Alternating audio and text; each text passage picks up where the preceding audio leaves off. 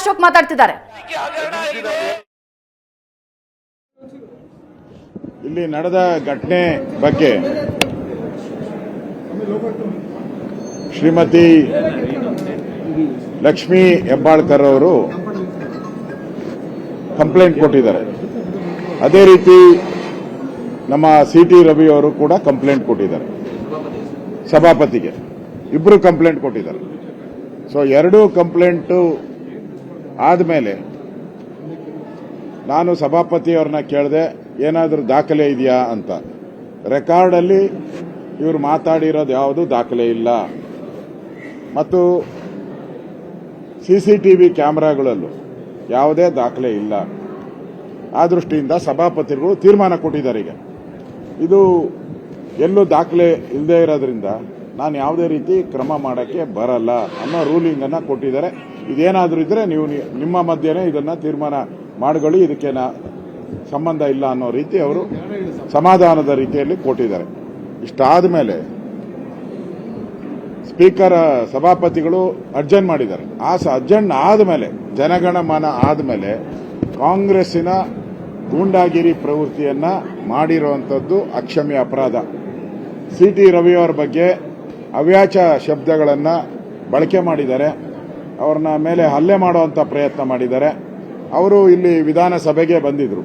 ಇಲ್ಲಿ ವಿಧಾನಸಭೆಯಿಂದ ವಾಪಸ್ ಹೋಗಬೇಕಾದ್ರೆ ಅವರ ಗೂಂಡಾಗಳು, ಕಾಂಗ್ರೆಸ್ಸಿನ ಗೂಂಡಾಗಳು ಅವ್ರ ಮೇಲೆ ಹಲ್ಲೆ ಮಾಡಿ ಅವರನ್ನು ಒಡೆಯುವಂಥ ಪ್ರಯತ್ನ ಮಾಡಿರೋದು. ಈ ವಿಧಾನಸಭೆಯಲ್ಲಿ ಕಾನೂನು ಸುವ್ಯವಸ್ಥೆ ಇದೆಯಾ ಸತ್ತೋಗಿದೆಯಾ ಅನ್ನೋದು ಅರ್ಥ ಆಗ್ತಾ ಇಲ್ಲ. ಈಗ ಅವ್ರ ಮೇಲೆ ಹಲ್ಲೆ ಮಾಡುವಂಥ ಪ್ರಯತ್ನವನ್ನ ವಿಧಾನ ಪರಿಷತ್ ಒಳಗಡೆನೆ ಮಾಡಿರುವಂಥದ್ದು ನಾನು ಖಂಡಿಸ್ತೀನಿ. ಇದರ ವಿರುದ್ಧ ಈಗ ಇನ್ನೊಂದು ಒಂದು ಅರ್ಧ ಗಂಟೆಯಲ್ಲಿ ನಾವು ಒಂದು ತೀರ್ಮಾನ ತೆಗೆದುಕೊಳ್ತೀರಿ. ಇದೊಂದು ಹೋರಾಟವನ್ನು ಮಾಡ್ತೀರಿ. ಇಲ್ಲೇ ನಾವು ಧರಣಿ ಮಾಡಬೇಕು ಅಂತಲೂ ಕೂಡ ಯೋಚನೆ ಮಾಡ್ತಾ ಇದ್ದೀರಿ.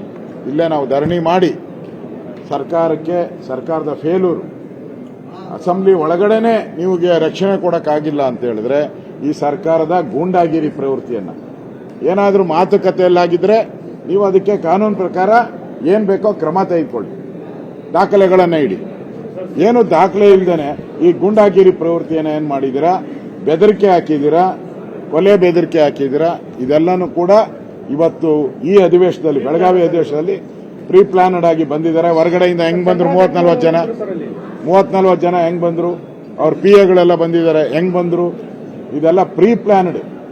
ಅಂದ್ರೆ ಈ ವಿಧಾನಸೌಧನೂ ಕೂಡ ಅವರು ಗೂಂಡಾಗಿರಿಗೆ ಅವ್ರನ್ನೆಲ್ಲ ಹೆಂಗ್ ಒಳಗ್ಬಿಟ್ರು, ಪೊಲೀಸರು ಅವ್ರನ್ನೆಲ್ಲ ಇಲ್ಲಿಗೆ ಕಳಿಸ್ತವ್ರು ಯಾರು, ಕಳಿಸ್ಬೇಕಾದ್ರೆ ಯಾವ್ದಾನ ಮಿನಿಸ್ಟ್ರು ಅವ್ರನ್ನ ಕಳಿಸಿರ್ಬೇಕು ಪಾಸ್ ಕೊಟ್ಟು. ಇದೆಲ್ಲ ನೋಡಿದ್ರೆ ಇದೊಂದು ಪ್ರೀ ಪ್ಲಾನ್ ಮಾಡಿರುವಂತ ಘಟನೆ ಅಂತ ಅನ್ಸುತ್ತೆ.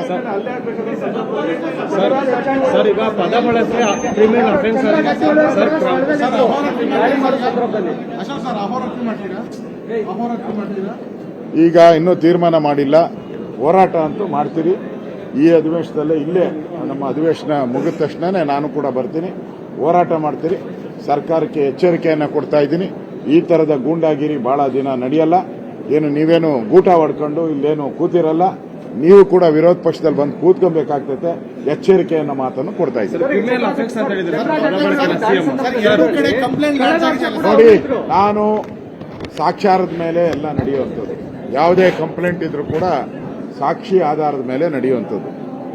ವಿಧಾನಸಭೆಯ ಪರಿಷತ್ತಿನ ಸ್ಪೀಕರೇ ಹೇಳಿದ್ದಾರೆ ಯಾವುದೇ ದಾಖಲೆಗಳು ಇಲ್ಲ ಅನ್ನೋದನ್ನ ಮಾಡಿದ್ದಾರೆ. ಅಷ್ಟಿದ್ಮೇಲೂ ಕೂಡ ಈ ತರದ ದಾಳಿ ಮಾಡುವಂತ ಪ್ರಯತ್ನವನ್ನ ಮಾಡಿರುವಂಥದ್ದು.